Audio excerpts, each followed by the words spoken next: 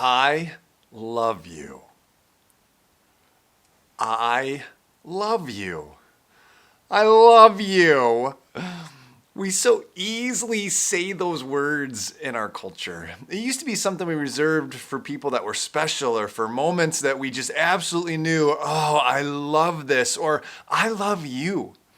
In fact, I'm one of those that has probably issued and uttered those words way too quickly. In fact, I said those words a whole 3 weeks into knowing, well, my now wife.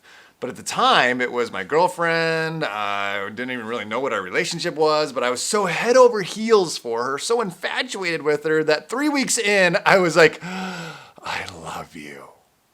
I had no idea what I was saying. It wasn't love. I didn't know love at the time. I'm 20 years removed from that moment now. In fact, on December 5th of this year, my wife and I will celebrate 20 years of being together, 20 years of dating and being married. We'll celebrate our 17th wedding anniversary on August 2nd. That's a really long time. I know now what love is. We have 3 kids together. We've moved multiple times. We've experienced all sorts of different things in this life. Way back when we first started dating, and I uttered those 3 words for the very first time, I had no idea what they meant. I think we live in a world that uses those words so flippantly that we don't know what they mean. We don't even know where love comes from. We don't know what love looks like. We need a better understanding of love. When Ephesians today, Paul says that we must be grounded in love. He's been praying for the Ephesians that he's writing this letter to. And so, in essence, too, as we read this has been a prayer for us. And Paul issues this prayer 2,000 years ago to the Ephesians, that they would know what love is. And I think it's something that we can take to heart today, that we will know what love is. And he says this in Ephesians chapter 3, verse 17, "And I pray that you, being rooted and established in love, may have power, together with all the Lord's holy people, to grasp how wide and long and high and deep is the love of Christ." This was his prayer to the Ephesians, that they would know what love was. I pray that you, being rooted and established in love. Well, it begins there, being rooted and established in love. Well, where do we become rooted and established in love? Well, through God. God is love. We can only understand love if we are rooted and established in it, which means that we have to be connected to God. But Paul's been saying here in Ephesians that the mystery's been revealed, that we now, through faith, can enter into the throne room of God, that we can be close to God. For the very first time, we can be near God. All people, everybody, including us.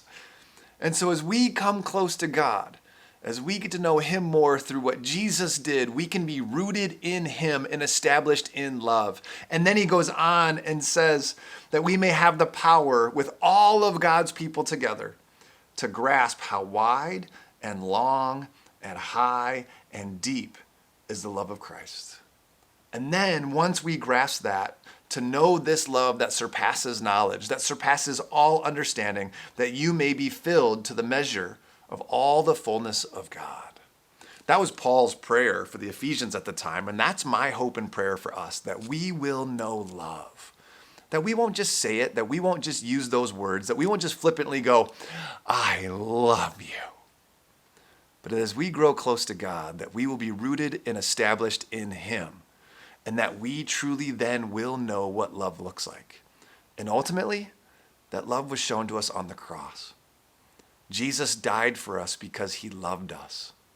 For God so loved the world, he gave his only Son, that whosoever believes in him shall not perish, but will have eternal life. God is love. And once we are close to God and understand that, then we can love others. So where are you at today? Are you just flippantly uttering those words, I love you? Or are you working hard to become rooted and established in God so we can understand the fullness of God's love and then share it with others? So as we use those words, let's make sure we use them with power, that we've experienced love through God and what Christ did on the cross so that we can truly in this world love others. Have a great day. See you tomorrow.